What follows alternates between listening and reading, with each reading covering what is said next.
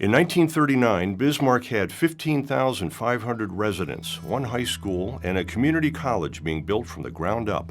A gallon of gas was 10 cents, and Bismarck, like the rest of the world, was still in the grips of the Great Depression. That meant few jobs and few opportunities. I am a high school senior. Circumstances in my home will prevent me from obtaining the necessary funds to attend college this fall, along with the fact that it is quite discouraging to hear my classmates talk about their future scholastic days in some college or university. I also realize that I cannot help but be handicapped in my future life by not going on with my education. I have worked hard and obtained a fine scholastic average. I have also been inquiring about obtaining work for the summer, which I hope would enable me to save enough money in a couple of years to attend some college. However, it seems that the heavy hand of depression is still overshadowing our city of Bismarck as far as a job is concerned. The first ray of hope I have had for some time has been this announcement that there may possibly be a junior college established in my own city. I know I could raise the tuition money necessary. With 2 years of study at an accredited junior college, you couldn't stop me from climbing up that ladder of success, which seems awfully steep at the present time. Citizens of Bismarck, don't let such a splendid idea die when such an idea is possible. The community college movement was just taking off in the nation, offering a truly affordable college option to young and old alike. A 1931 federal law granted cities with a population of more than 10,000 the right to establish a junior college in connection with the city school system. For more than 10 years, the country had been struggling. Jobs were scarce, hope too. And right about then, a national movement to provide affordable community-based college education was getting started. It was a leap of faith. In Bismarck, a proposed junior college was rejected. The first-time voters took to the polls to consider it in 1938, but it did pass overwhelmingly in June 1939, after the idea was backed by a group of downtown businessmen and encouraged by public school employee Walter Swenson. According to former BSC President Kermit Lidstrom, the establishment of the college saved Walter Swenson's position. Hired as a curriculum designer, the school board was planning to cut his position. He'd read about the community college push across the U.S., and he volunteered to be dean and run the school on tuition only. The school board accepted his proposition, and they determined the college would be located on the third floor of the new Bismarck High School.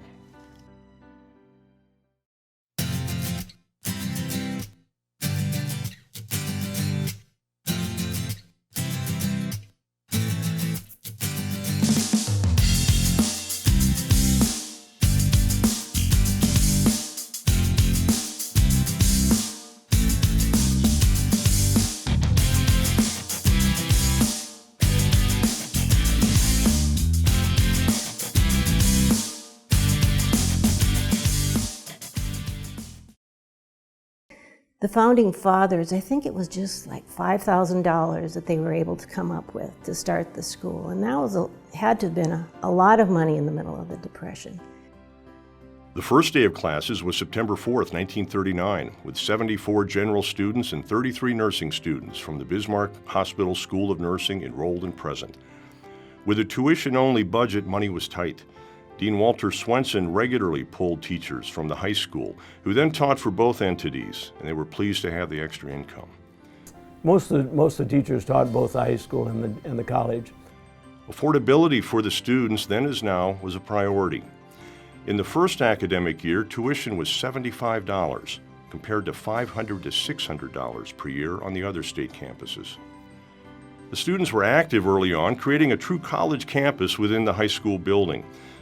A women's league was also formed that first year. With so few jobs available, the women of campus put their energy toward raising money and having fun. One of their first efforts was a one-act play presented at the Women's League Bazaar. In an early indicator of the musicianship to come, the BJC Boys Chorus also was established in 1939. The college coalesced, establishing a distinctive presence from the high school.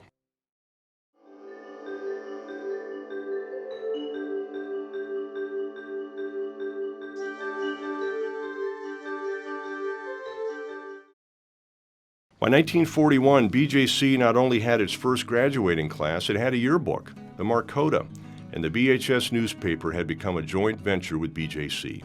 The staff and students were coming into their own. Those early students studied and worked hard, but times were still tough. One of the things I'll never forget is I had a class at 7:30 in the morning in economic geography from Dean Swenson. There were 3 of us in the class, and we met in his office. And that meant you either came prepared or you didn't show up with a pretty good reason for not being there.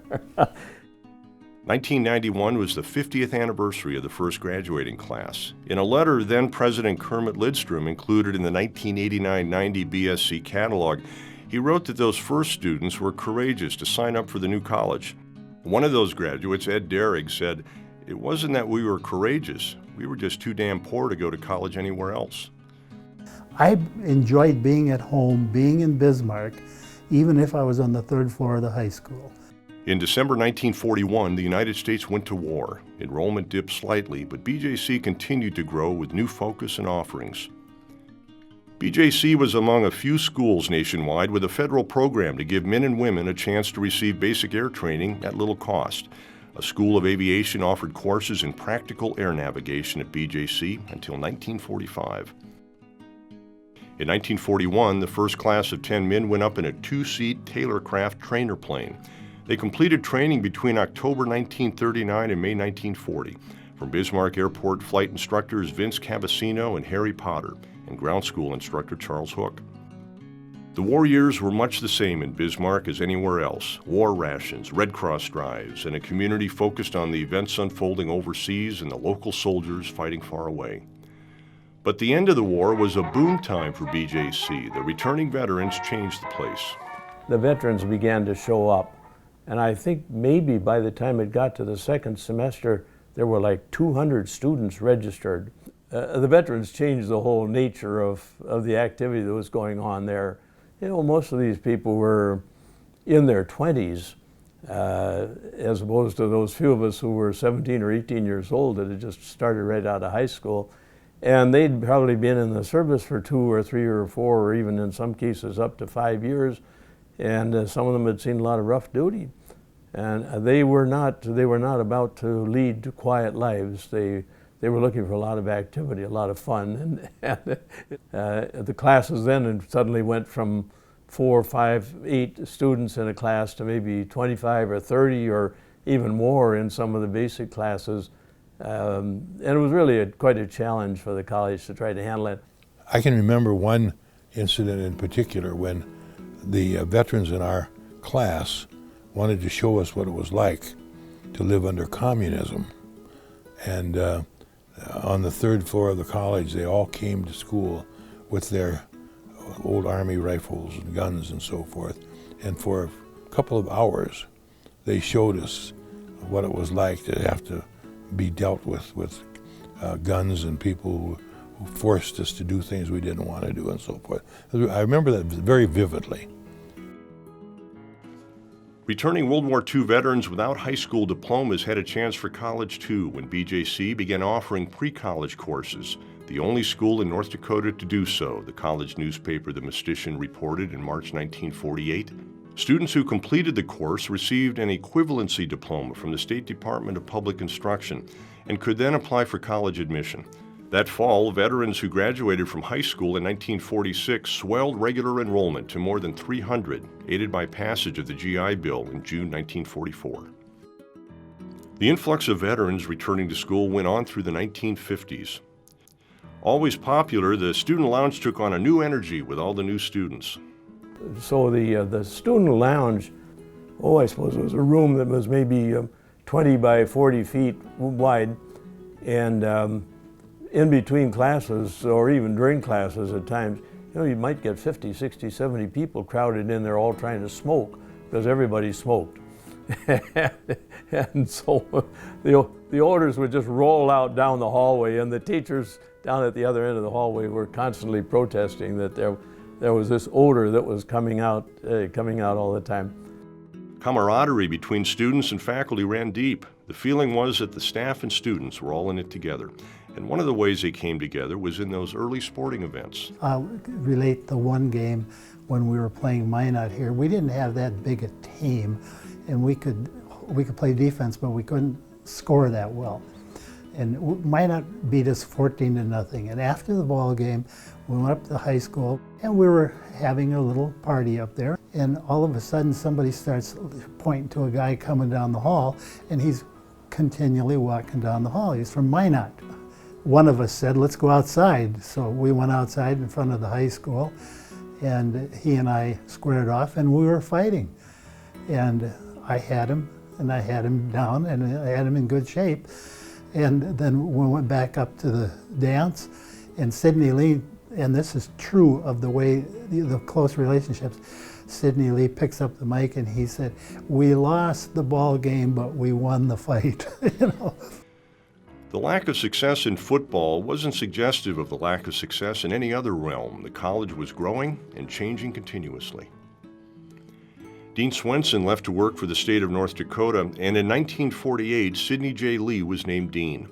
A former high school teacher, Lee was known for his support of the arts, but his approach didn't suit everyone. I didn't like Dean Lee.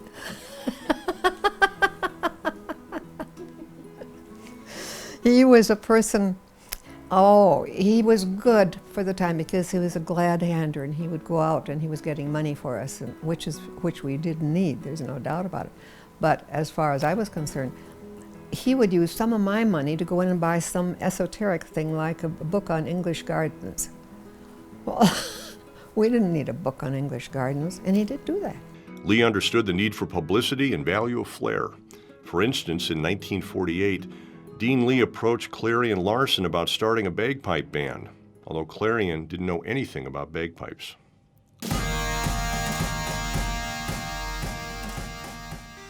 I had been attracted to the bagpipe band actually a year earlier. While I was still a senior in high school, I had been invited to join the bagpipe band. And I did that, and that's where I learned to pipe. But the greatest learning experience, I think, had to do with the music itself. Bagpipes are not easy to play. In 1949, the Mystician called it the Kilty Band and cited its first performance in the Hobo Parade. I inherited that band and tried my best to keep it going. Bagpipe bands are very difficult, as you might well imagine. We decided that we'd like to play in these beautiful Black Hills. So I don't know where we started from. At anywhere going down the road. And it's beautiful. We're playing on the trees and the smell and the sound and everything. It's a little bit of heaven. Next thing I know, there's red lights all over the place. And here comes the highway patrol and the sheriff and everyone else. And what are you doing? Well, we're marching and playing.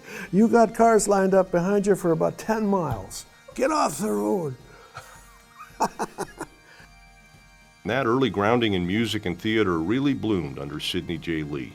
Campus events blossomed as well. Instead of homecoming in those days, BJC had hobo days from 1948 to 1951.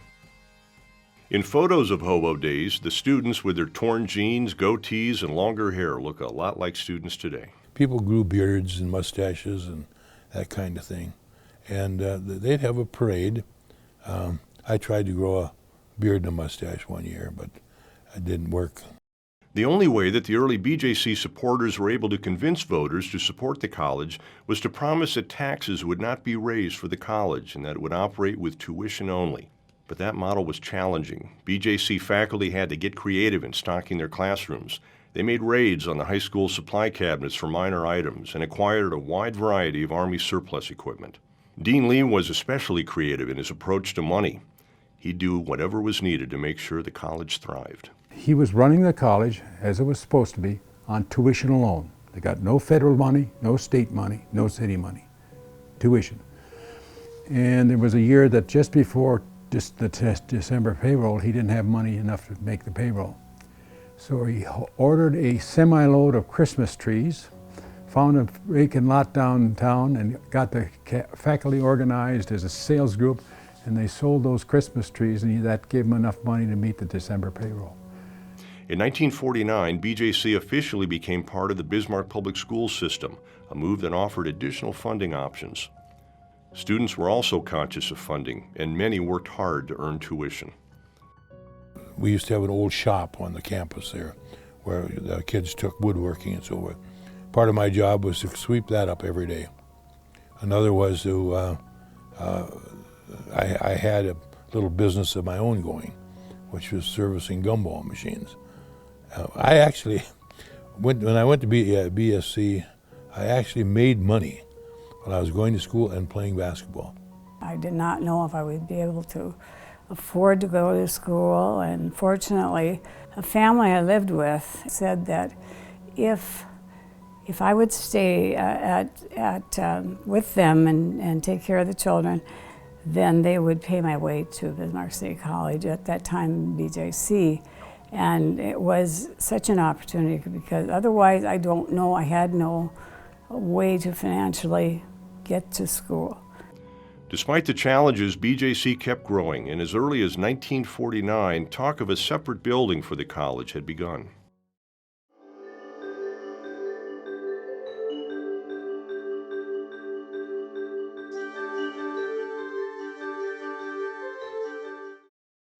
By the early 1950s, not only was BJC growing, Bismarck High School was bursting at the seams. It was time for the college to move. The question was, where should the college go? Bismarck Public School enrollment was really going up, and BHS was getting pretty crowded. And of course, as you know, they built the building on the corner of Highway 83 and Boulevard. Interestingly enough, there were a lot of ideas about what to do with the college, some really far out and some really strange. On the north side of Bismarck High School, there were some old buildings. Some of the talk around town was that they should remodel those and use those for classrooms for BJC instead of building a new building. One far out fellow in town even suggested that they lift one of those up on the roof of Bismarck High School and use the classrooms up there. Thankfully, none of those ideas came about. One person was saying that we were the only college in the country who had Capitol grounds, and the state capitol was on their campus. And that was actually a fact. Over the first year there, it was a wonderful spot because it was new, and it was like one big family, and you were known by all the teachers because it was small enough then. Sometimes it wasn't so good, because if you ever wanted to skip a class, they would just come find you. And usually it was having lunch or having coffee and they would come right to the cafeteria and say, you're missing my class, let's go, or whatever. Like any college, athletics were a uniting factor. Students cheered on their friends, and the community enjoyed cheering on the hometown team. They had football back many years ago, and the first year it was literally starting from step one. I'll never forget the first meeting that Ed and I had. We talked about how to line up the huddle, which is about as basic as you can get. We won the state championship in high school in basketball when I was a senior, and all 5 of us starters on that team went to BJC the following fall. So we had a really good team. We not only had those 5, but we had some great people back and an outstanding transfer. Warren Arman, who was a St. Mary's boy, went to St. Louis his freshman year and then came back. He was a fantastic ball player. It was in the 1950s that the tradition of theater at BJC really took shape with the organization of the campus players by Jane Grace Smith. Theater began with the Women's League organized in September 1939 under Edith Ramstead. This group quickly became the Marquet Club and sponsored several one-act plays in the first all-college production in 1940, and Let Who Will Be Clever by Alden Nash. Theater continued sporadically under 4 different directors. With the hiring of Robert Stuckenbrook in 1951, BJC began adding a fall play to its theater offerings. With the arrival of Jane Grace Smith, the campus players became a campus force to be reckoned with throughout her 29 years at BJC. But students remembered her as a force of nature and the greatest influence on their lives. Many, many people that she worked with were touched by her wonderful nurturing and her guidance and her professionalism in the field of theater. Jane Grace Smith was just an awesome director. She's legendary in Bismarck. She was one of the biggest influences of my life and responsible for my career. For many, many years, and she did musicals. That was her talent. Packed the house for 3, 4, 5 nights, time after time after time. The other thing, that she was absolutely uncontrollable. I'd give her a budget, $2,000 or $3,000 a year, and she'd spend 10. And she'd always, I'd say, I'd go to her and say, "You're driving me nuts here. You know, the people up in chemistry department need autoclaves, and you're spending all the darn money." She says, "Well, we got to have a good show. You don't want us to be embarrassed with, you know, the public." And I never could get a grip on her. She did whatever she wanted. Hijinks backstage were common. Well, it was scenes in the market, we all had to gather there, and there's a buddy of ours named Gary Gonzer. He lives in Grand Forks now. His part was to come out with a chicken by the neck. "Would you like to buy a chicken?" We tried to find a rubber chicken. Could not find a rubber chicken anywhere. So one of the farm kids brought a chicken in a crate. So we had to keep that chicken going for 3 or 4 days. We couldn't kill it because it would get pretty ripe. So we came up with the idea of somehow smuggle a bottle of whiskey down there. And we give it several eyedroppers of whiskey, and it would just go to sleep. So kept them going. Time for dress rehearsal. Time for dress rehearsal. And so we were warming up downstairs, and one of the cast members was named Irv Smith, ex-Marine, who played one of the roles. And he thought that we were not loose enough because we had to dance and sing. And so he had this stuff called Everclear. And he said, if you take a can of beer and put 1 shot of Everclear in, that's all you need, and you're warmed up. And we went upstairs, and my God, Fred Astaire couldn't have danced better than I was. I moved like a cat. My lines were perfect. And then I had a scene with Marlene Duvall in which I grabbed her and kissed her. Now, I'm a St. Mary's boy, she's a Bismarck guy. So like that, see? Not this time. I put her back, and I may have kissed her for 15 minutes. It may have been some tongue involved, I'm not quite sure. Absolutely, I was fantastic. It was over, there were cheers. We got backstage, and James said, "You know what you've done?" We said, "Yes, a magnificent performance. You've been drinking. You told us Everclear doesn't smell. You've been drinking. You know who was out there?" The audience, the school board. I invited them for the opening night. The whole damn, we were under the school board. See, Monday, come to the office, McCormack, Irv Smith, felons. So we walk in like little doggies, and Ralph's looking at us and says, "You stupid idiots. Do you realize what you've done? You don't think they didn't know you were drinking?" And we said, "I didn't think so. I thought we were just really good." I said, okay, fine. He said, "I should kick all of your asses out of here. I should suspend you. I should kick you out. Unfortunately, we have a lot of money tied up in the musical. It needs to go on, and it can't miss us. But you screw up once more, and you're out of here." In 2001, a tribute concert was staged, bringing alumni from Broadway to California back to celebrate Jane's influence on their lives, including Broadway actor and alumnus Gordon Weiss, class of 1969, and his wife Rosie McGuire. Some of her closest, students, mentees, got together and decided to do a show in her memory. And about 1 or 2 months after her memorial service, they came back and put together a show of a lot of the, some of the songs that had been done. And it was just, an incredible show. And it just showed the dedication, or the warmth and the love that they felt for Jane.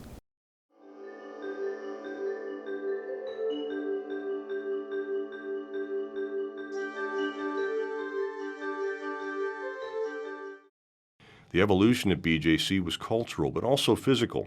After 5 years at the building on Boulevard, both the state and the college realized that BJC needed more room and its own campus. It was in 1961 that the college moved onward and upward to Schaefer Heights. The legislature was pretty happy to get us out of the Capitol grounds because I think it was a mistake to get us in, and they had to make another mistake and get us out of there, I suppose. In 1960, entrepreneur Harold Schaefer donated the current location to the college. Moving to a campus was a real shift for the college and the community.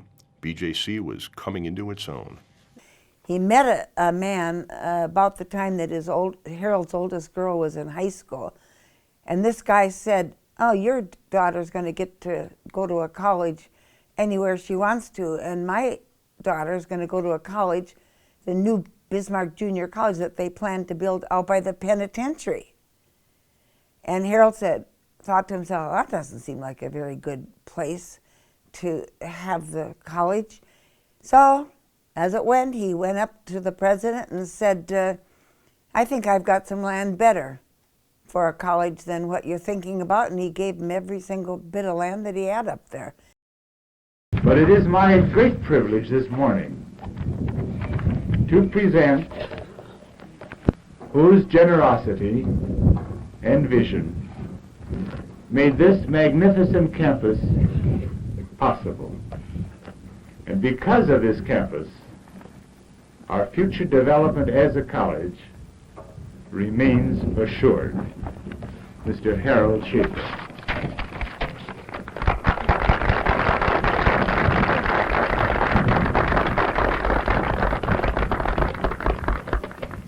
Thank you, Dean Lee.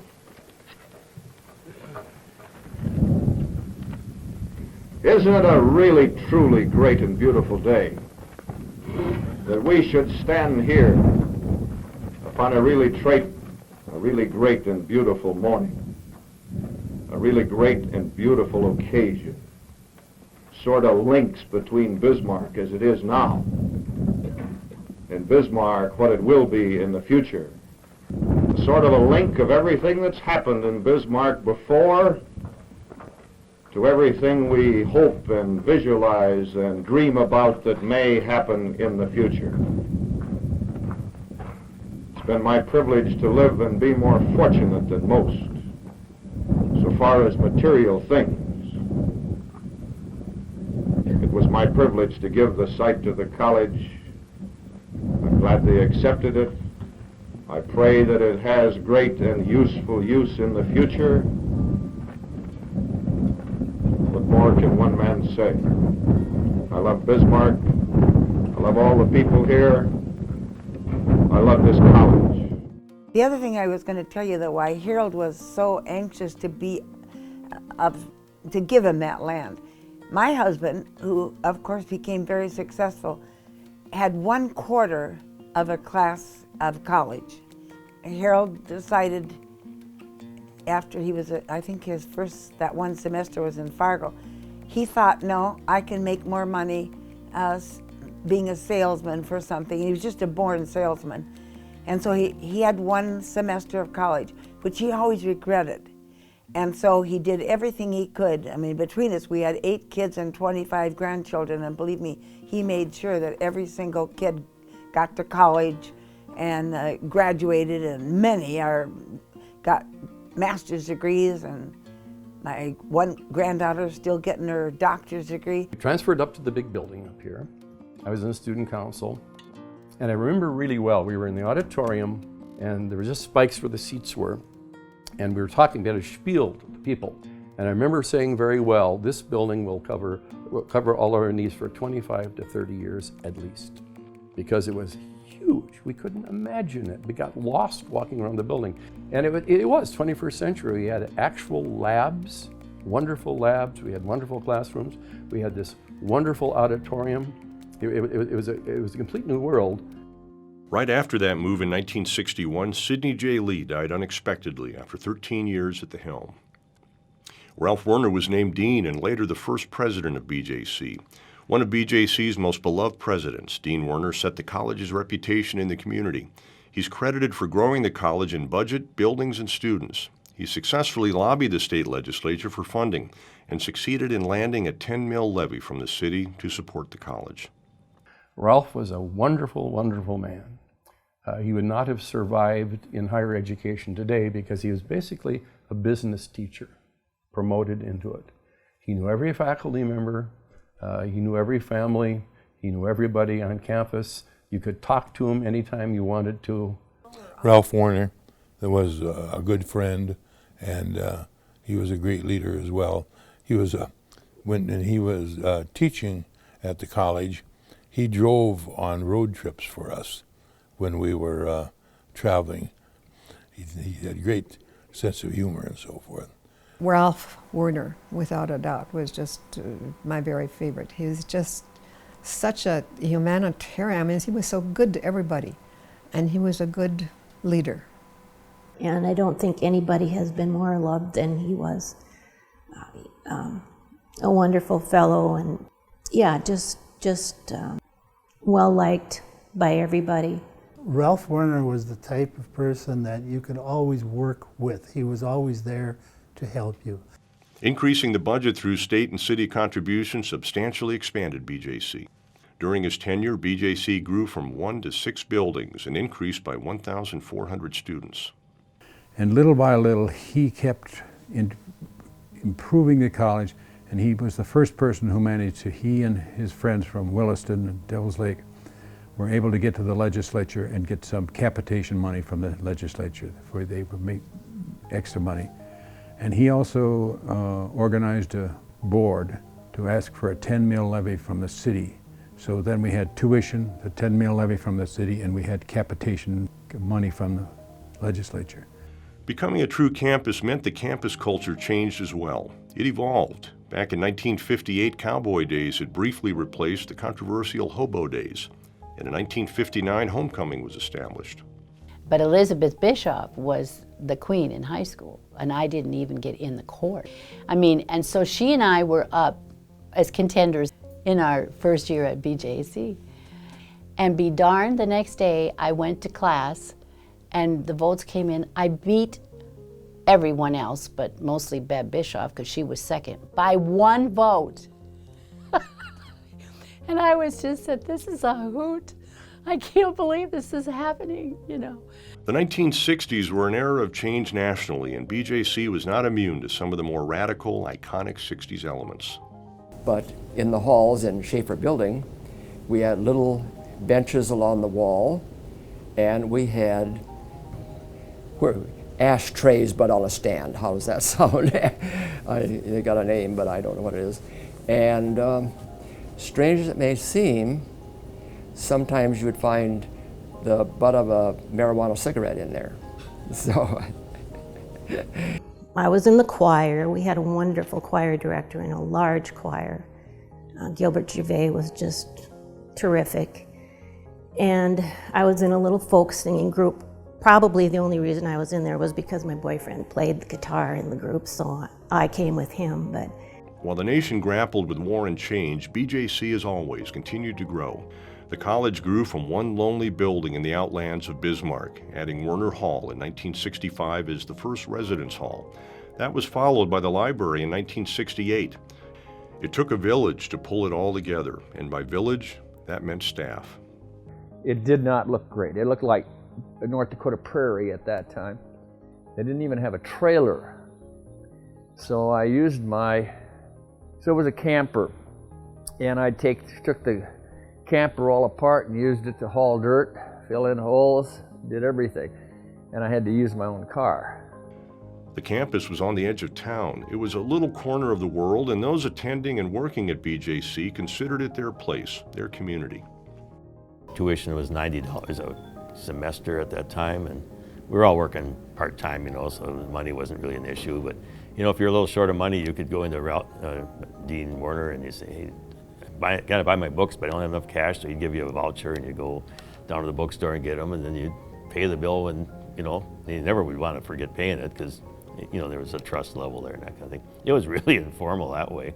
For Frost Festival, it was this giant beer bottle, and so much beer was consumed while constructing this thing that the entire armature inside was packed to the top. So when it started to melt, it was it was this pile of beer cans.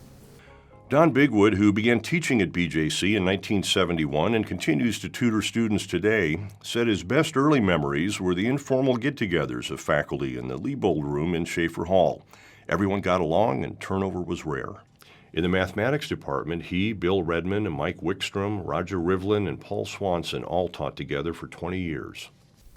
No, I just enjoy that, working with students, and especially students one-on-one. And to me, the tutoring job is really the best one I've ever had.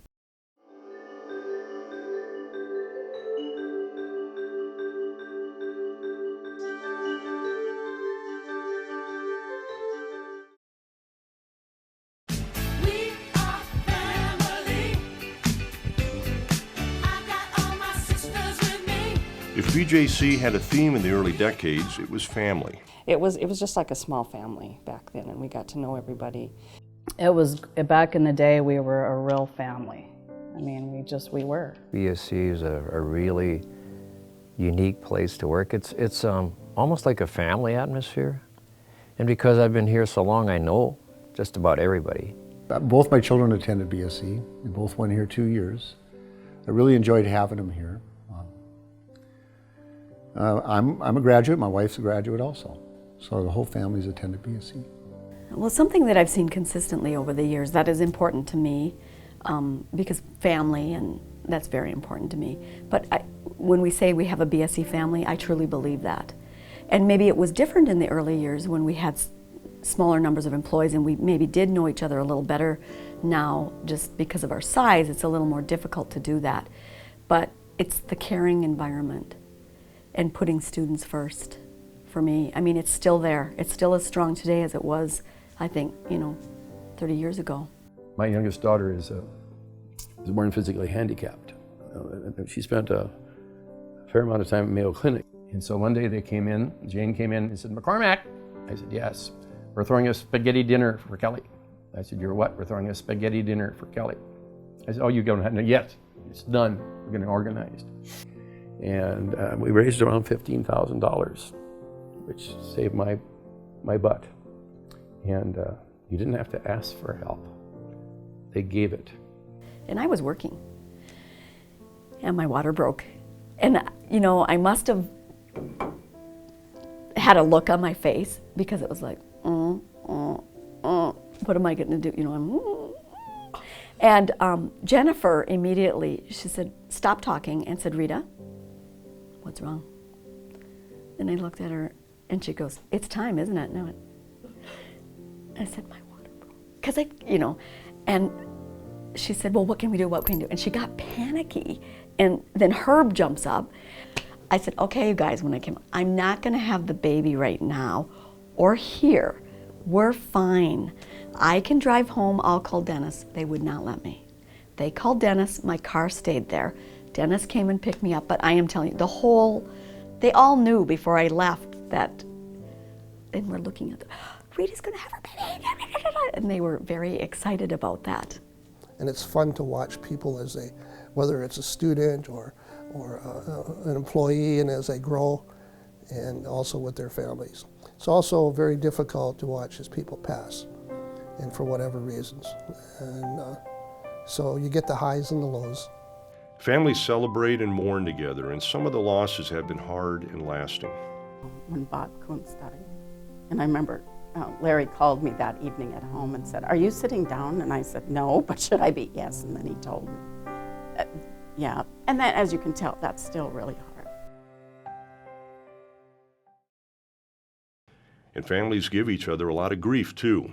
Student pranks may be forgotten, but some of the faculty and staff pranks live on in legend. One night, some people got into the building and they took all of Eddie's furniture out of his office, his file cabinets, desks, etc. And I don't know if there was sod being laid on our campus or elsewhere, but they brought in enough sod to completely sod his office, and then put his desk back in his filing cabinet. So when he came to work that morning, that's what he found. And the paper did a little story on it too. They called it, his last name was Agers, so Agers Acre. I froze a mouse one time, took a mouse and I stuck it in the snow, and then I waited for the appropriate time, and then I put it under Carolyn's keyboard. So when she lifted the cover, these two little eyes were looking right up at her. And I heard her screaming, and I said, yes, this is... Kuntz, practical joker that he was. I remember one time when Frank Lipp, who was used to be a custodian at the tech center, Frank was making up an extension cord, about a 25-footer, and he was putting the ends on it. And he was just sweating. The sweat was just pouring off him because he hated electricity so much. Just the thought of it used to bother him. And Bob came in, and I knew something was up. Bob looked at me and got that look on his face. And he waited till Frank was just, really going after that cord, just sweat pouring off him. And Bob went, bzzz, and Frank about left his chair. And the other end of the cord wasn't even plugged in. But I didn't have a phone to begin with when I started back there. So I rigged up 2 Mr. Pibb cans and a string. Then after that, I did get a phone. One time, Kermit wore a dress. We used to really celebrate Halloween. Oh, all over campus. I remember one year he wore a dress, Kermit wore a dress, and he had this kind of silvery hair wig and a hat and a purse, and he had a skirt on. And then I wonder if that isn't the same year that a lot of the people in the tech center, this is not politically correct anymore, but they were all dressed up like priests and nuns, and Wayne Boakes was like a cardinal, and they went traipsing all over campus, this big line of... Every building would be in competition with each other to see how many people could dress up or would dress up, and we had this really ugly traveling trophy, and it was a big competition. When it came to fun, Halloween may have been big, but the Hydes Hills Frolic was epic. We're up the Apple Creek area there, drinking. All of a sudden this car comes out in the middle of the field, and it's a sheriff's office. And Ed Kringstead had been drinking, and Ed used to wear this terrible toupee. It was god-awful. And he came up and he said, hey, what are you doing? He said, what are you guys doing out here? Oh, hi, Kringstead. Yeah, they knew him. He said, yeah, what are you doing? You guys having some beers? Well, just take it easy on the way home, for God's sake, don't worry. He says, oh, don't worry. He said, you got a good crowd out here. Yeah, well, it's good to see you. He takes off his toupee and slaps it on the windshield. And the officer said, how do I get that off? He says, you got windshield wipers, don't you? Took the windshield wipers, slapped it off. Kringstead got his toupee, and this is Apple Creek down there, and like a Frisbee, he throws it into the creek. And he says, that will be mated by beavers within 15 minutes. President Warner retired in 1977, the same year Kermit Lidstrom became president. I was so pleased to be on that committee, and I remember back of reading all the resumes of the people that had applied, and then Kermit Lidstrom's came up, and it said, I can learn, I can teach, I can listen, I can lecture. It was just a bunch of sentences like that on one piece of paper, and then his qualifications were listed below, and everybody just kind of looked around and said, I think that's our new president. Interesting how I got there. I was teaching at Cuyahoga Community College in Cleveland, Ohio, and I went to the library one evening. I was teaching an evening class, and opened up the Chronicle of Higher Education, which I hardly ever read. And there was an ad for Bismarck Junior College for a president. And that's the only issue they put an ad in, that one issue. I spent some time and filled out the application, and there were 107 applicants for the job. And my cousin Betty Lidstrom Mills called me up and told me that there were 107 applicants. And so that night at Pillow Talk with my wife, I said, you don't have to worry. We're not going to get that job. There's got to be a star in there someplace. Ultimately, of course, I was asked to come out to interview. And ultimately, I was selected to be their president. Kermit Lidstrom was very much a traditional president. You know, his focus was on making BSC the best possible BSC we could be right here in Bismarck. And one Saturday I came and unlocked the buildings, and I was out mowing. I remember I was on the east side of the student union, And Kermit pulled up and stopped, and I stopped the mower. I thought he needed something opened or whatever, and he just stopped and tried to talk me into not getting married, which I should have listened. but Kermit was that kind of guy. You know, campus beautification, there's lots of people who maybe are given credit for campus beautification, but Kermit was very much into getting trees planted. Well, Kermit did some really important things for this college.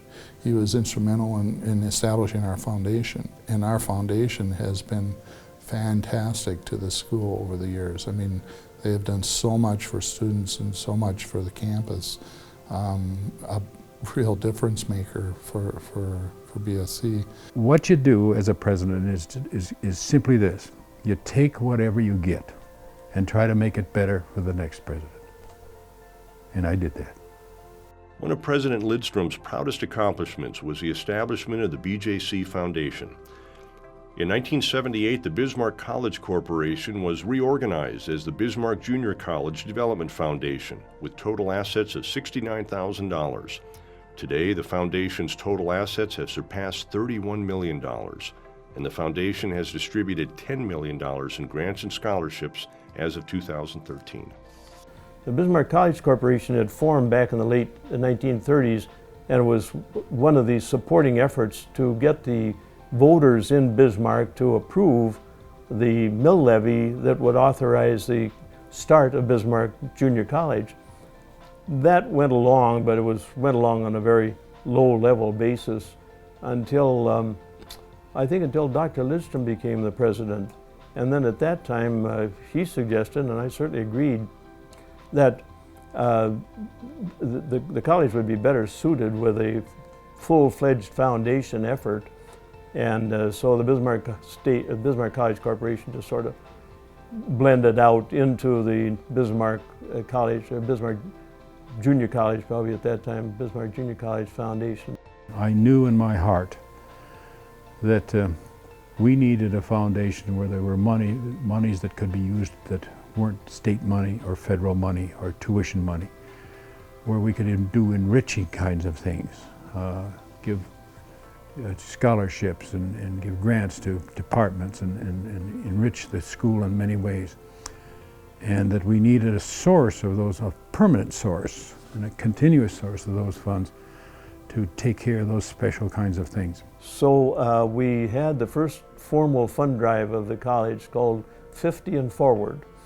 And I think our goal was maybe to raise $500,000, and succeeded in doing that, and moved on from there. Mm-hmm.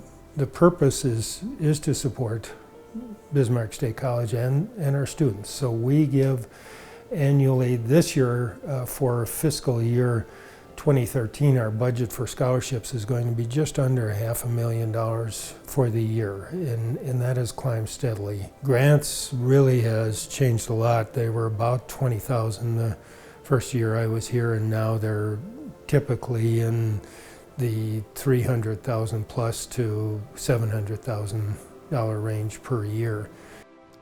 The campus seemed to become a world citizen in the 1970s. World travels marked the athletic department, with several BJC wrestlers attending the Pan Am Games in South America in 1978.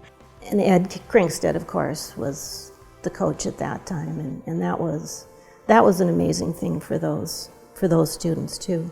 The 1970s were also a culturally rich time for BJC, as marked by the series of distinguished speakers visiting campus as part of the Visiting Scholars Series.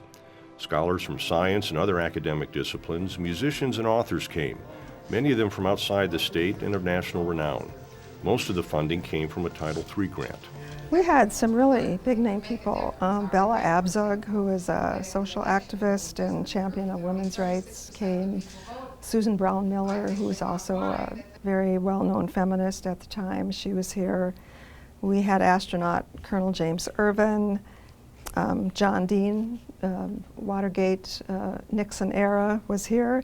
And the two I remember most, General William Westmoreland, commander of troops in Vietnam, came in. The next visiting scholar we begin is Dr. Benjamin Spock. Pacifist, most famous baby book in the world, writing author. Oh, speaking of Dr. Spock, my mind has gone Star Trek. Scotty, We bought Scotty in, James Druhan, and a tremendous audience. Everybody was there, every Trekkie. The Visiting Scholar Series kicked off another famous epic in BJC's history, the annual Jazz Festival. Dr. Lloyd Anderson, Director of Community Services, administered the Visiting Scholars. A music fan since childhood, Anderson scheduled Jackie Bayard for the series in 1975 and legendary trumpeter Clark Terry in 1976. By then, he and BJC band director Irv Eli were planning an annual jazz festival of guest artists and the BJC Jazz Ensemble, so students could learn from them.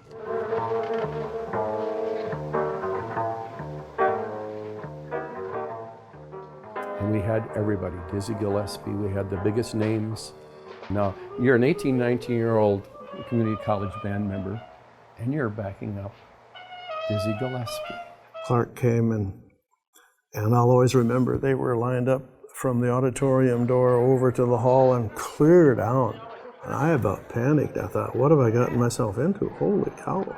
Herb Ellis was a jazz guitarist. He played country western, he played jazz, he played with all the big bands. He said, I need to get a couple new strings from a guitar.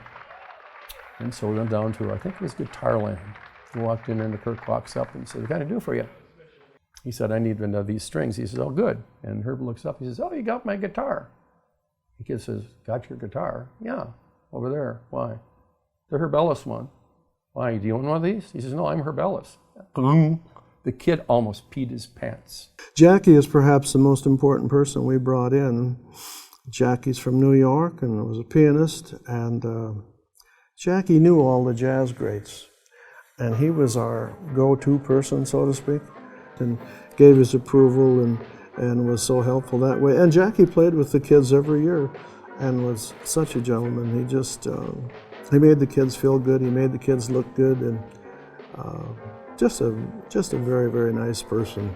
Jackie, next to Lloyd, Jackie is probably the most important person to the program that I can mention up here. Without those two guys, we wouldn't have had all the fun that we had, and we certainly had a good measure of that. And just to show our appreciation, we had our t-shirts made up for you guys too, so remember us. Oh, thank you. But they became a part of our student body. They mixed with the students. We took them out to small towns to bring jazz to the small towns. It was missionary work. It was really missionary work. The Jazz Festival strengthened and deepened the overall music scene on campus in many ways. And you can just imagine these students being able to have jam sessions with these guys and rub shoulders with them. And I know it was the high point of many of their lives. It had to have been. And then they would put on a concert. And so this went on for over 20 years, which was totally amazing. Even as the campus reached out to the community with many notable events, music, and speakers, the campus expanded to accommodate them. You know, I believe this building had opened in 73 or 4. The vocational technical building just opened up in 74, Swenson Hall. So those were all brand new buildings. And we were really stuck out here yet in the northwest corner of Bismarck. It wasn't part of the city, almost. Taking care of a rapidly expanding campus was no small thing. The equipment that we've acquired since I've been here, and we had to fight for a lot of it, but as the money came, we got more and more, and now we have outstanding equipment.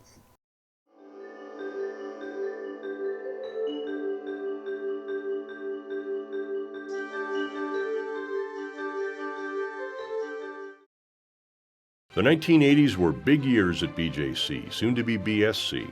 Big hair, big computers, big changes, and a big bad reputation to overcome. We had a 1,068-foot record-breaking submarine sandwich that the students built and then ate. It's simple, really. They're going to make a sandwich, a submarine sandwich with all the ingredients, 1,068 feet long. I would have added this in my ticket. And there were apparently 2 tons of food in that sandwich.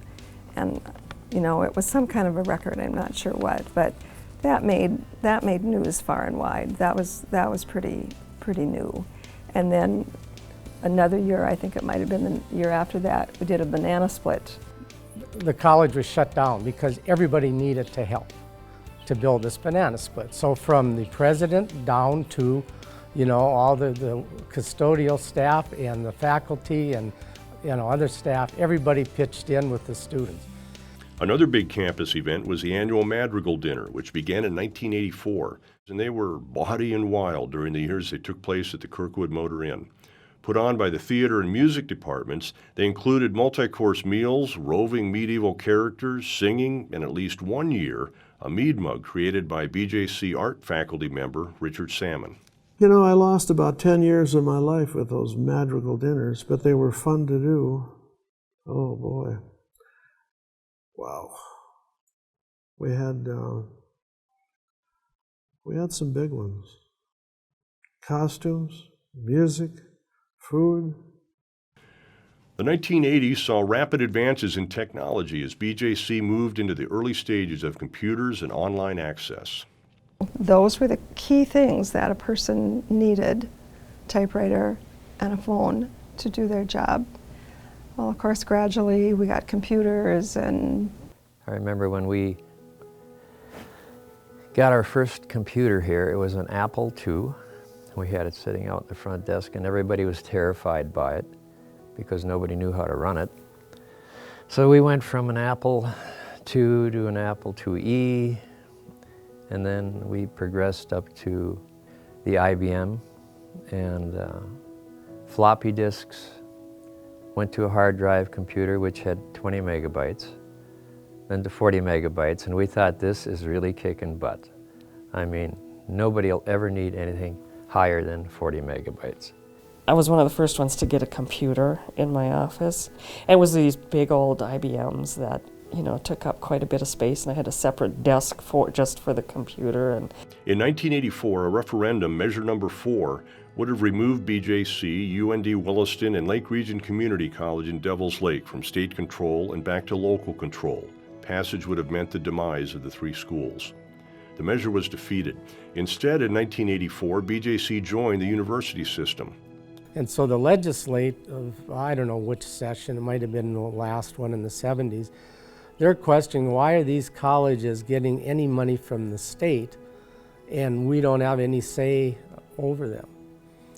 And that was probably a good question to ask because that opened the door for discussions on absorbing Williston, Lake Region, and us into the state system. Without it, we were dead in the water because there was not going to be enough money for any growth, just from the school board and mill levies. The college had 3 names in 5 months during a legislative session reported as one of the most difficult in the state's history. But it was referred by the voters, and at that time you could have a negative vote mean yes. So a no vote meant that you wanted BSC to stay in the state system. So I would still contend to this day that a lot of people thought that they were voting to not allow those 3 two-year schools to be part of the state system and voted no. So I'm not so sure that if you would have voted yes to keep them, that it would have passed. But they were part of the system, they have been part of the system since, and it's worked out pretty well. The State Board of Higher Education approved a plan to create a state university system and change the names of 7 of the institutions.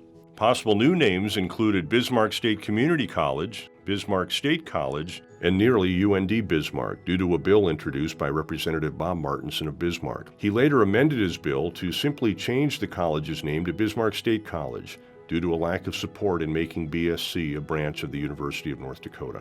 And Kermit hated UND. Those son of a bitches. They'll send their second-rate profs down here to teach. They're not going to do that. They can't do that to us. The topic inspired several editorials and columns in the Bismarck Tribune and a whole lot of talk. In 1987, the college officially changed its name from Bismarck Junior College to Bismarck State College. Becoming part of the university system helped build public perception, making it clear that BSC was far more than a high school on the hill. But it was still the idea, if you came to BJC, it was just an extension of high school. And that was a hard thing to get past. But I think once we got then the support of the community and the state to put us under the State Board of Higher Education, I think that was a giant step for us. Thankfully, the actual delivery of education was outstanding because the faculty has always been exceptional. Arnie Laren. That when I think of BSC, I think of Arnold Laren. I took a few English courses from him and some poetry courses. And I enjoyed that class more than anything. He instilled in me this passion for literature. The professor that sticks out, that helped me out the most, not only in my as a student, but later as I came back as an instructor, was Mike Wilson. I mean, not only do Dan and Dean know what they're doing, but they have a passion with doing it and passing it along. So, you know, it's not just a job to them. They want to pass on this information they've learned. They're genuinely interested about you learning this stuff. You know, they're still our professors, but at the same time, they become more than that. You make that personal connection where they become more mentors. John Martinson. Particular. Maybe it was just because of the learning experiences that I had in the class. I would have to say my education and the instructors, Gilbert Gervais and Jane Gray Stewart, gave me the confidence to feel like I had gift and talent. I think the biggest thing that I took away from here was that sense of belonging, you know, that acceptance kind of thing, and the instructors at the time really made you feel that way. You had really dynamic teachers. For the most part, your teachers, you know, made the classes come alive. I had Mr. McCormick, of course, as my first teacher for Western Civ, and if you've ever sat through one of his classes, well, you know what I'm talking about. He's very dynamic. Mike McCormick, yeah, they're our institution within the institution. You know, when my youngest son went here, but I know he came into my office one day and he had been in Mike's class, and Ben wasn't particularly a history buff, but he came in and he sat down. He said, "That McCormick," he said, "he's telling stories and you're laughing, you're having a good time, and before you know it, you've learned history." And then about 6 years ago or 5 years ago, I took a class from Mike McCormick, the history of Western civilization. About killed me. What would you do without a Mike McCormick? He's a legend within the institution. He didn't use notes. Mike McCormick just talked to you, put stuff on the board, and you got hypnotized just listening to him, and that's what you learned. I remember one of my daughters had taken the same class years ago, and she said, "Mom, don't worry about the book. Just listen to everything he says. Write notes on everything Mike McCormick says, because he is the book." And it worked. That's the only B I got was from Mike, because I wasn't good at the drop quizzes. What can you say about Mike McCormick? I mean, he's like the Moses on our campus. You know, you have unique people, some more than others, and Mike is just, I mean, he's sort of like the face of BSC right now. Everybody seems like in town knows who he is. He's a wonderful teacher, a wonderful teacher. The students just love him, and Mike is one of those steady people that, you know, while he's not going to be much of a vocal advocate, but he's just steady and supportive of what the college was trying to do. Mike McCormick is just one of the great characters who are part of the story of BSC. Paul, a maintenance man, and Paul rode his horse to work, and he was nicknamed the Cowboy, and the Cowboy took his horse even into winter months, and he'd have it tied up, and he dressed impeccably in Western gear. And he was just the greatest guy. In the middle of winter, he only wore shirt sleeves, never wore a jacket. Because he walked so fast and moved so fast, he just said he was hot all the time. There was an equipment manager we had here for 30 years, Jim Kautzman, and we always said he bled green blood, and I'm pretty sure I'm at that point now too. So. Bleeding green isn't a requirement to be a Mystic fan, but it doesn't hurt. Student athletes have brought wide-ranging and positive attention to BSC over the years. So we played against 3 other ranked teams in Kansas in 1995 when I had 2 Nigerian players, Godwin Owinji, who went to Georgetown, and then Masai Ujiri, who was the GM for the Denver Nuggets, were on that team. But we had a really good team, the real good team chemistry. We ended up getting beat by 1 to go to the national tournament down in Oklahoma. And we had the last possession, and we ran a play, and we threw a 3/4 court pass, and Masai Ujiri hit a shot at well, they said it was too late at the buzzer. It was a 3-pointer to win the game. They waved it off. And so then I went to the scorer's table immediately and talked to the score guy and said, hey, how could that much time go off? Because there's no way that 3 seconds could have went off. He caught the ball and shot it. And he thought about it and he said, yeah, you're right. So he didn't know what to do. So he went to the locker room and he found the refs. And the refs had to get redressed, come back out. The other team came out. They put 3 seconds back on the clock. And we had 1 more shot to get it, and the ball actually rimmed out. But the other coach, the opposing coach, was kind of a gangster type guy. And he told me in some real explicit language that I better not win this game. So anyway, we didn't win it, and we had a long ride home. But that was a team that probably could have really competed for a national championship. It was that caliber of team. One of BSC's powerhouse sports for many years was wrestling. In 1988, Ed Kringstead stepped down as head wrestling coach after 23 years, handing the reins over to Jeff Schumacher, class of 1981.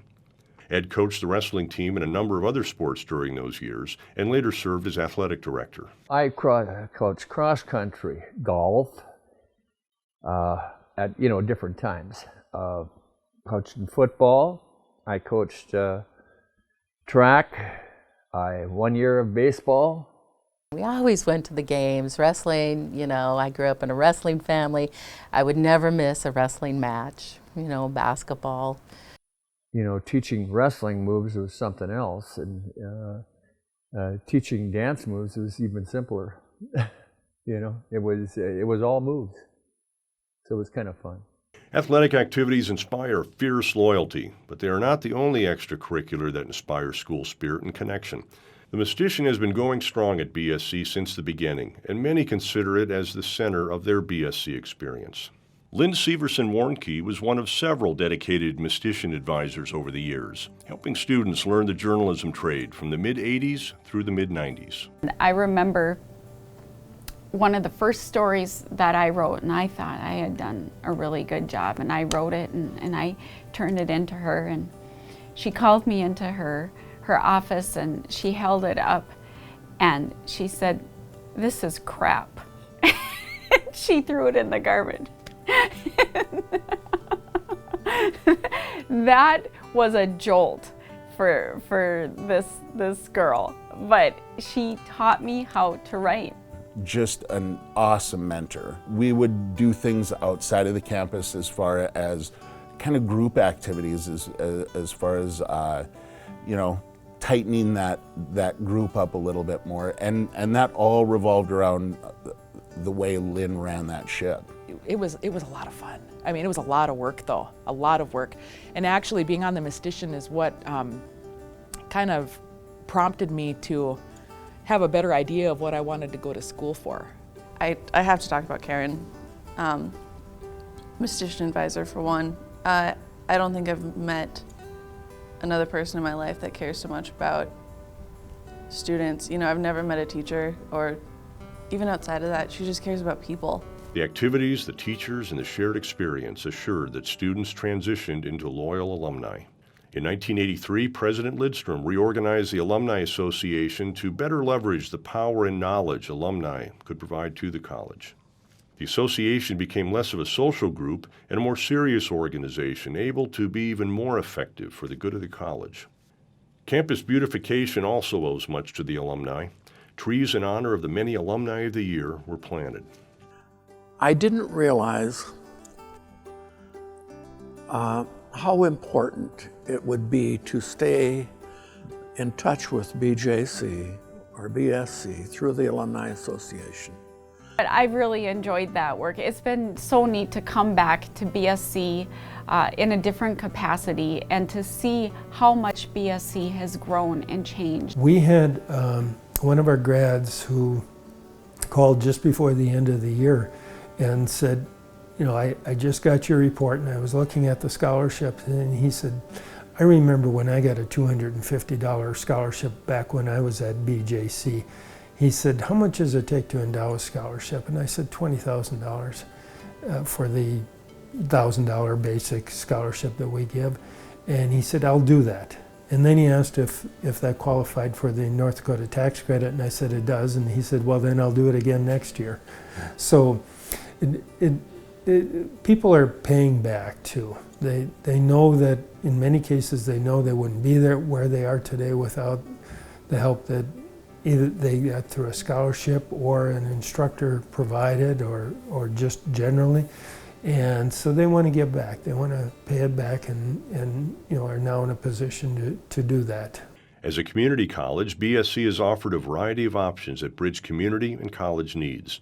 As far as what is BSC to the communities of Bismarck and Mandan, we are the community school. Community colleges build community, which is a good thing. And it was a very community feel with great class sizes and good, direct, one-on-one education. And I took that sense of community and the people we learned here, but I really learned a lot at BJC. It was a great place to learn. Directly, BSC helps us quite a bit during our street fair, which is one of our largest fundraisers for the Downtowners Association. 4-credit classes were always available to non-traditional students, but in 1974, BSC established the Office of Community Services, cementing the college's role as an accessible educational resource for the entire community. Those early offerings were focused on community courses and one-day seminars. Known as the Office of Continuing Education, Training, and Innovation today, that team has delivered College for Kids, and at the other end of the lifelong learning spectrum, the Osher Lifelong Learning Institute, better known as OLLI, that offers classes and experiences to people age 50 and older. But I got another call, and they said, how would you like to teach an enrichment class for OLLI? And I said, yay! What am I teaching? And they said, understanding opera. See, I'm back. And these students are so fantastic because they're all over 55. They're in there because they want to learn. You don't have to correct papers. You don't have to give them a grade. In 1996, as part of a State Board for Vocational and Technical Education grant, Community Services began offering contract training to businesses. BSC annually offers and coordinates training, professional development, and apprenticeships to 300 businesses and 8,000 workers in the southwest part of the state.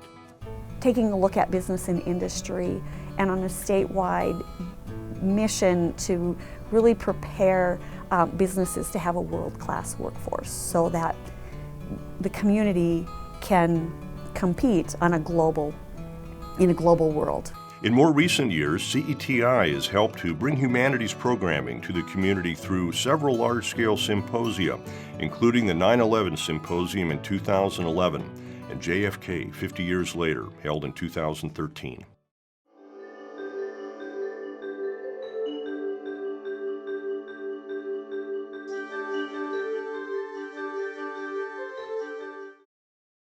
Technology advanced quickly in the 1990s, and innovation and change were rampant. When I remember the first evening that our Ivan classes went online was when our air war started in Iraq. So as I was going to the tech center from home, because I knew it wasn't going to work, sirens were going off, police cars were chasing, going, and I thought, my God, I'm getting an escort up here, But yeah. So they were headed up to the Capitol to make sure that there wasn't going to be anything happening up at the Capitol. Construction of the Jack Science Center significantly improved the student learning experience at BSC and gave the campus its first iconic building. At 74,340 square feet, the Jack Science Center increased instructional space by 30% and gathered BSC's mathematics, science, computer, and engineering programs into a 3-story complex chock full of technology and state-of-the-art laboratories. The building was named for Peg and Tom Jack in honor of their lead gift of $250,000. The need for a new science building was obvious. Longtime chemistry professor Frank Cook remembered the facilities at Schaefer Hall where lab sinks leaked water to the floor below, gas seeped into hallways, and the classrooms were stifling. The new science building rallied students as well as BSC faculty and administrators. Between 1993 and 95, members of the Board of Governors led an initiative to build student and legislative support. We were also one of the student groups that initiated one of the fundraising campaigns to build Jack Science Center. And so there's a picture of me with a big 1980s style bow in my hair, sitting next to a big pile of envelopes at the alumni office, and all of us were sitting there all lined up looking all cheesy and, happy. And we raised a good amount of money to get that building built. We planned this campaign. We had envelopes printed with the logo for the campaign, and we designated a time, I think it was 10 o'clock, and we hit every classroom on campus and made a plea to students to put whatever loose change they had in this envelope just to demonstrate their support. We were in desperate need of improvements, and so that was the first what I would call major capital project, at least in my tenure and from my perspective, that really made a difference in, I think, how students perceive the campus here at BSC. BSC offers an education that is well-balanced, providing graduates with both a liberal arts foundation and top-notch technical skills. The biggest change in the students that I saw were the number of students who wanted the combination of technical training and academics. And it wasn't so much that you had to choose a path anymore. It was, this is something that you can grow in. Among the things that I'm grateful to BSC for are the fact that I feel like I got a very solid foundation. I learned, I got really good education in mathematics, in calculus with Don Bigwood. I mentioned Frank Cook in chemistry. And I think one of my jobs and one of Larry's jobs and Kermit's too was to help the people on this campus understand that they could compete with anybody, anywhere, in terms of building a confidence level that, yeah, we can compete with NDSU. That's just a little old university over there. BSC has focused on distance education for many years. A willingness to embrace change created a culture of innovation, even before Larry Scogan became president, carrying the innovation flag. Well, I keep saying the same thing over again. It's the people and their willingness to embrace the changes that came when I came here. This college has a culture of innovation. Innovation isn't always exciting, even if it is groundbreaking. For instance, BSC was the first college in North Dakota to charge for credit hours. You're seeing the whole university system going to this model now, but we were the first to do it, and that's when we went to a per credit hour charge for tuition. That was a tough battle, and so I feel very gratified that the whole system has finally caught up with BSC. The mid-1990s saw leadership change. In 1995, Kermit Lidstrom retired after 18 years, and Donna Thigpen became the 5th Bismarck State College president. That first week, it was Kermit's last week, and then Donna's first week. So he was trying to finish things up, she was trying to gear up, and at one point I just said to them, there are one too many presidents in this office, because I was just going crazy. But she had said to me, well, where's my computer? Because by then I had a computer, but Kermit never did. And I'm like, well, the president doesn't have one. And no, she got one very shortly after that. Well, when she came, she was definitely, the comment always was that we were on rollerblades. She was truly a visionary. Very much looked to the future. The NECE is here because of her. The Jack Science Center is here because of Kermit. I mean, they did significant things to push us forward. We really moved forward with the online distance education with Donna here. Her interests, were in driving BSC forward to not only be the best we could be here in Bismarck, Mandan, but any place in the country or around the world or in the universe, So there was culture shock for the campus. They selected me to be on the committee to select the next president of BSC, the student rep, which ended up being Donna Thigpen. Nobody ever listened to me. And then here I am helping to choose the next president of the college, that was crazy, and it was pretty awesome. Serving as the student representative on the presidential search committee was a huge honor. That in itself provided an education beyond what any job, workplace, or higher ed institution through traditional learning could provide. The 1990s proved to be a significant era for athletics as well, wrestling in particular. BSC hosted the National Junior College Athletics Association Wrestling Tournament. The final year of that national event was also the year the wrestling program ended at BSC. And when wrestling ended, it was really hard for the community and for, former athletes, and our department took a lot of heat. Ed was in total agreement with that decision. I mean, he had come to realize that the wrestling program, at least at the 2-year campus level, was in decline. We had 9 national champions. I think the last one that BSC had was Brock Lesnar. In our last national wrestling tournament, of course, everybody knows Brock Lesnar was our national champion. Probably one of the most exciting days I've ever had in this department was watching that match and watching him be crowned national champion, knowing we were dropping wrestling after that.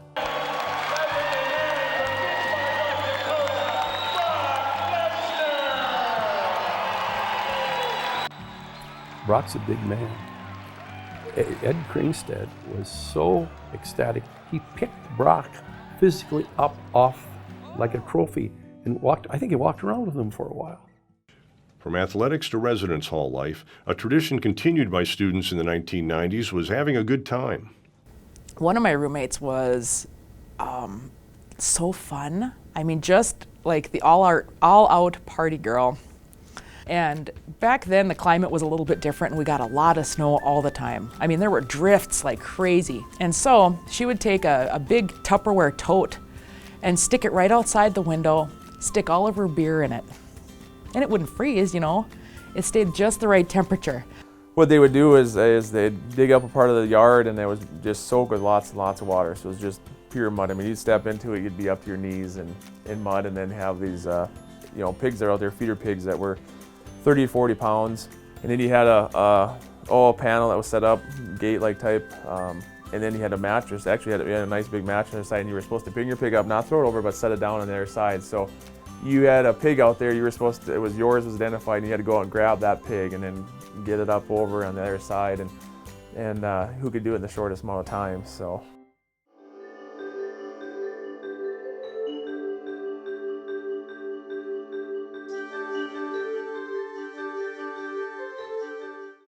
One of the most frightening unknowns as the year 2000 and a new century approached was Y2K.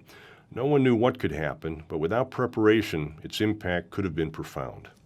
Y2K was, that was an exciting time. We started preparing for it in '98. At midnight of January 2000, most of the IT leaders were stationed somewhere at their computer center just to make sure everything transitioned from one year to the next. So, and I was no different. I ran several tests to ensure that everything was running and working the way it was supposed to be. Were you sitting here? I was up here on campus, yes. Around 2002, BSC began offering online programs and classes through the Continuing Education Office. It was an incubation center for BSC's online energy programs. I think the rapid pace of accelerated technology, the fact that we've had online programs, but we're constantly adding new curriculum. The online programs began with the Electrical Power Technology program in 2001, followed by the Power Plant Technology and Process Plant Technology programs. In 2007, with a national designation from the U.S. Department of Energy as a National Power Plant Operations Technology and Education Center, the energy programs became a single department, and then in 2008 moved into the National Energy Center of Excellence. Built on land donated by the city and funded through state money, federal grants, industry donations, and BSC's largest capital campaign, The state-of-the-art NECE is a shining example of community, industry, and government coming together to address a state and national need. And I think that recognized the growing need and demand of our energy programs, and the fact that the number of students, it's about a quarter of the size of the college enrollment, and definitely has potential to be more. In most cases, BSC will develop our own animations or simulations, and these will be, in some cases, an exact replica of what goes on with the hands-on equipment. Technology does more than change how work is done or how education is delivered. It also changes the scope of programs and the kinds of jobs that graduates are hired for after their education. A lot of the energy sector jobs are kind of more blue collar. Of course, you had your white collar, office personnel supporting them, but over time the jobs have gotten so much technology, so advanced. A lot of it's computer-based, digital control systems. We kind of refer to them now as gold collar jobs. This shift is clear in graphic design and communications as well, a longtime program at BSC known formally as commercial art. I'll tell you what, the technology has been a huge factor in how the curriculum has changed. But I'm kind of glad we moved that way, because it got us moving in a direction where we are largely dependent on the technology, for good or ill. I mean, it's one of those things where every once in a while I tell the students, I'm like, it used to be done like this. And one of the things that doing it the old way makes me appreciate is what the technology does for us. The never-ending advance of technology doesn't stop BSC's focus on the humanities. In 1998, Paul Bodmer, chairman of the Arts and Communications Department at the time, along with other faculty members, started Arts Quest as an annual week-long event to raise awareness of BSC's rich arts offerings. And it just started out very small, and we incorporated all the already happening events from music and theater, the play and the musical. It's become an event that the community looks forward to every spring, to see what new things we come up with, what new and wonderful people that we're bringing on campus. People love to see the student artwork and listen to the music, and it's just such a wide array of things that you're exposed to, and so the community really looks forward to it. And we love doing it. It's very tiring and exhausting during those 5 weeks, but it's worth it for sure. BSC has been an important place for employees as well as students, with many making theirs a lifelong career at the college. Part of the draw is the ability to advance and be supported in professional life. Something that I think Donna played a role in, and that's really seeing the number of women that have taken on leadership roles. She definitely promoted educational opportunities and career growth opportunities for females. And not that Kermit didn't do that, but it was done in a more visible way, maybe. I started traveling with Janelle, Dr. Masters, I think it was the late 1990s. So she needed somebody to take over that whole thing of taking students overseas every summer. So that's when I started leading the tours, and I've gone lots of different places. It's such a wonderful experience, educationally, personally. In a prime example of the partnership between the foundation and the college, Gordon Binnick served as interim president between Presidents Thigpen and Scogan. It was interesting, maybe sometimes just a touch stressful. I was still doing the fundraising for the Energy Center. Dr. Larry Scogan became Bismarck State College's 6th president on March 1, 2007. From day one, his energy and ideas have inspired the campus. He shows up in classrooms and faculty meetings, talks to students between classes, and regularly attends the concerts, games, and events that are the fabric of BSC life. He's always thinking, and he's always looking ahead. Larry focuses more on encouraging, setting the big vision, like being a national model for innovative education and workforce training, and then saying, and it's everybody's job to help us get there. He just comes across as a really neat guy. I think was just made to be a college president. But he came in with a very clear vision of engage, connect, and deliver. He's one of the very few leaders I've worked for who has been able to maintain that freshness day after day, year after year. He's really the most remarkable. Larry is just an excellent individual. he does presidential things. He understands what being a president is about. Skokie is, I consider him a close personal friend, and he's fantastic for this school, and he's going to continue to keep BSC growing and moving in the right direction, and he's a great person for this school. The guy is just so optimistic all the time, and and I'm the one always trying to drag him back to reality at times, but it doesn't work because he's always bouncing back to that optimistic person. With Larry and our military initiative, and he's gotten us more national exposure. Larry I see every week. He's in our office every week, and I think that's fantastic.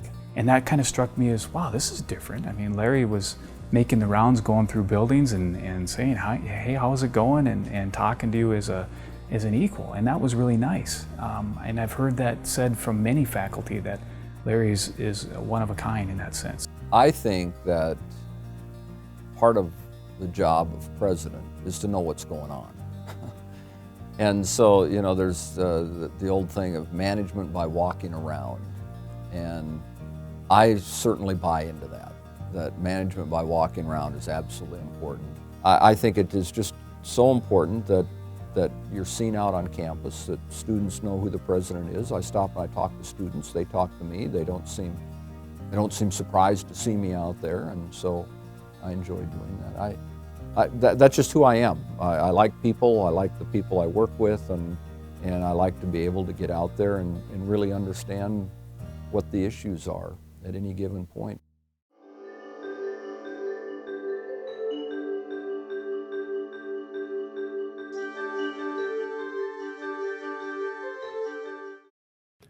The campus has changed over the years, but what about students? They're more knowledgeable, I think, on a lot of things. Of course, their lives are moving a lot faster than 30 years ago. I mean, with all the technology. Back in the day, students didn't spend quite all of their time studying, and so the bowl, as we called it then, and I believe it's still known as the bowl, was a good sort of out of the way spot where we thought we were very sneaky, and so it was a good spot to have keg parties. The keggers were really fun after the musicals. The wrap-up parties were. Students always have fun, but it's of course fun on a shoestring budget. That's something that has never changed at BSC, the affordability. I was really unsure of what I was going to do, so I thought it was a good start here. It's fairly cheap, and I could stay at home with my parents, and I could experiment as far as what field of study I wanted to go into. An affordable education that leads to employability is one of BSC's strong suits, a selling point for both potential students and employers, and a point of pride for the college. Basin Electric and Bismarck State College have a long-standing relationship, and it just seems like year after year they continue to build on that relationship. The companies appreciate what Bismarck State College is doing. We have that told to us all the time when we take the trailer out there. So I think they appreciate what we're doing. Industry really played a big part of that. Industry said, we love your students. Our employees are taking your online associate degrees now. We really like them. It's been a great partnership with BSC. You meet our needs, you exceed our needs at times. We would love for you guys to take it one step further and help train our technicians to become managers or supervisors. And so they really had a push for us saying, you're a two-year college, but can you guys get approved to offer a bachelor's degree and do that degree online? In order to ensure that BSC's graduates have the skills needed in the workforce, the college leverages advisory boards of employers, industry experts, and faculty. The benefit of the boards is invaluable, providing a bridge from BSC to industry and opportunities for its programs and graduates to succeed. And I'm probably showing my age a little bit here, but a lot of the advisory board members are former students of mine. And I guess it was bound to happen at some point where we have some former students that are part of that team, and I'm very, very grateful for that because they bring that fresh insight. What's really scary is when you get a son of a former student, then you start to realize how long you've been here when you start to get kids of students that you've had. I haven't had grandkids yet. It's a genuine compliment when members of the community or alumni promote the concept of Bismarck State College becoming a four-year college. But it's also a testament to its focus and community-mindedness that it hasn't. I would like to see BSC have for its future is to become a four-year university. I think Bismarck has everything that you need to have a proper four-year state university here. With what's going on in North Dakota, with the economics, with the boom that's going on, and if I were a state leader, I would invest in this place and create a major four-year university with an emphasis on science and technology. And one of the reasons I like Dr. Scogan, the first time he talked, I was in a deal. He had invited the local legislators up, and he wanted to talk about his vision for BSC. And the part that I remembered most about it, other than that he had a great vision and he was enthusiastic, is he said, I'm not interested in being a four-year school. I want to be the best two-year school we can possibly be. And I thought that's great. Personally, I think it would be great if BSC were a four-year school. I think it's great that they're granting at least one four-year degree. It would be good for us, but I do like the attitude, if you're going to be a two-year, be the best two-year you can be. And I'm not opposed to Bismarck State becoming a four-year school on this level. What I've been very public about is the State Board of Higher Ed hired me to be president of a two-year college. And that's what I'm going to do till they tell me differently. I said this during the interview process when I was asked this very question about, well, when are we going to become a four-year college? So my answer at that time was, why would you want to be? You know, what you do at Bismarck State, I told them then, or now I can say what we do at Bismarck State, is done so well and serves the state so well and serves our students so well. Why would we want to change the very nature of who we are? Dr. Scogan is now the interim chancellor of the North Dakota University System through June 30th, 2015, after which he'll return as BSC president. Dave Clark has moved into the role of interim president during this period. People retire, programs evolve, and students graduate. BSC continues to be the community's college for the Bismarck-Mandan area, important to the entire community and thousands of individuals who pass through its doors every day.